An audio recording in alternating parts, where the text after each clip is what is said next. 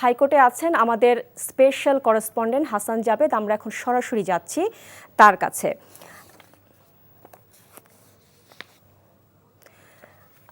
জাবেদ, ইশরাকের শপথের বিষয়ে করা রিটের রায় আবার কেন পেছালো, আর কি তথ্য আপনার কাছে রয়েছে সেটি আমাদেরকে জানাবেন।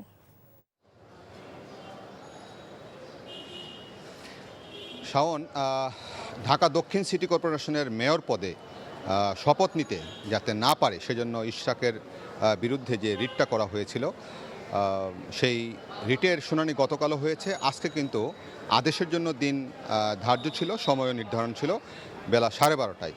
তো সেখানে আমরা দেখলাম যে ইশরাকের পক্ষের আইনজীবীরা দাঁড়িয়ে তার পক্ষে বক্তব্য রেখেছেন এবং যেটা বলেছেন যে এই রিট করার এখতিয়ার যে ব্যক্তি করেছেন আইনজীবী তিনি রাখেন না এবং এটা রাজনৈতিক উদ্দেশ্যে করা হয়েছে সেটা তারা স্পষ্ট বলছেন।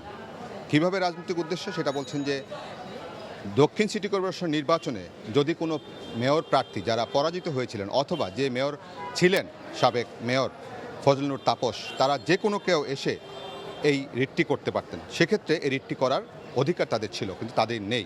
তবে এই আইনজীবী যে রিট করেছেন তার পক্ষের আইনজীবী যেটা বলেছেন যে নির্বাচন হওয়ার পর ইশরাক হোসেন নির্বাচনী ট্রাইব্যুনালে যে আপিলটি করেছিলেন সেখানে কিন্তু বলেছিলেন যে নির্বাচন বাতিলের জন্য চেয়েছিলেন এবং তাকে ফলাফলে কম ভোট দেখানো হয়েছে সেটা বলেছিল।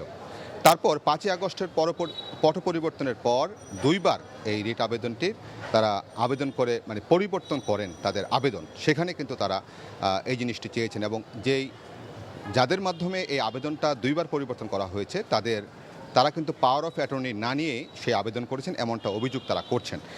তারপর বিচারক যে জিনিসটি করতে চেয়েছিলেন তিনি বলছিলেন যে একটি রুল দেওয়া হবে এবং নির্বাচন কমিশন যে গ্যাজেট প্রকাশ করেছে ইশরাককে মেয়র হিসাবে সেটার উপরে সেই যাতে স্ট্যাটাস কো অর্থাৎ স্থিতাবস্থা থাকবে রুল নিষ্পত্তি না হওয়া পর্যন্ত, কিন্তু শেষ পর্যন্ত আসলে সেটা আদেশটা দিতে পারেননি এবং তারপর দীর্ঘ শুনানি হয় উভয় পক্ষের। শুনানি শেষে আগামীকাল বেলা 10:45 এটা আদেশের জন্য দিন ধার্য রেখেছে এবং পরে ব্যারিস্টার মাহবুবুদ্দিন খোকন এবং ব্যারিস্টার কায়সার কামাল ইশরাকের পক্ষের আইনজীবী তারা নিচে এসে সাংবাদিকদের যেটা বলছেন যে এই মামলায় বিচারক যেটা বলেছিল যে উনি তো মানে আদালত স্বপ্রণোদিত হয়েও কিন্তু কোনো ব্যাপারে আদেশ দিতে পারেন, তখন তারা যেটা বলেছেন ওই বিচারককে, হ্যাঁ পারেন, তবে 2014 সালের নির্বাচন 2018 সালের নির্বাচন সহ এবং কোর্টে গত 10 বছর 15 বছর যে অকারেন্স হয়েছে, যে ঘটনা ঘটেছে,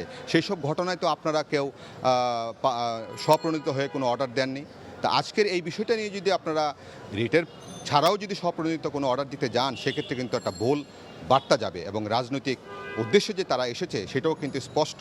কাজেই এখানে স্বপ্রণোদিত হয়ে অর্ডার দেওয়ার না দেওয়াটি হবে সমীচীন, মানে তারা বোঝানোর চেষ্টা করেছেন একে অপরকে কোর্ট যে স্বপ্রণোদিত আদেশ দিবেন সেটা না, জিজ্ঞাসা বলেছে যে কোর্ট তো আসলে স্বপ্রণোদিত হয়েও কোনো অর্ডার দিতে পারে, তাতে তো বাধা নেই এবং যে কোনো ব্যক্তিও তো আবেদন করতে পারে, রিট করতে পারে সেটা বলেছেন। পরে বলছে যে না, এটার প্রেক্ষাপট ভিন্ন, এটা রাজনৈতিক প্রেক্ষাপট আছে, সেই বিষয়টা বিবেচনা করতে হবে। যাই হোক, সব শেষ মিলিয়ে আজকে যেটা হয়েছে যে আগামীকাল এই আদেশের জন্য দিন ধার্য রেখেছে এবং ইতিমধ্যে আমরা দেখেছি ঢাকা শহরে কিন্তু ইশরাকের পক্ষে বিভিন্ন জায়গায় আন্দোলন হচ্ছে, রাস্তা অবরোধ করে তারা অবস্থান নিয়েছেন। তো এই হচ্ছে রিটের সর্বশেষ আজকের মতো শুনানি।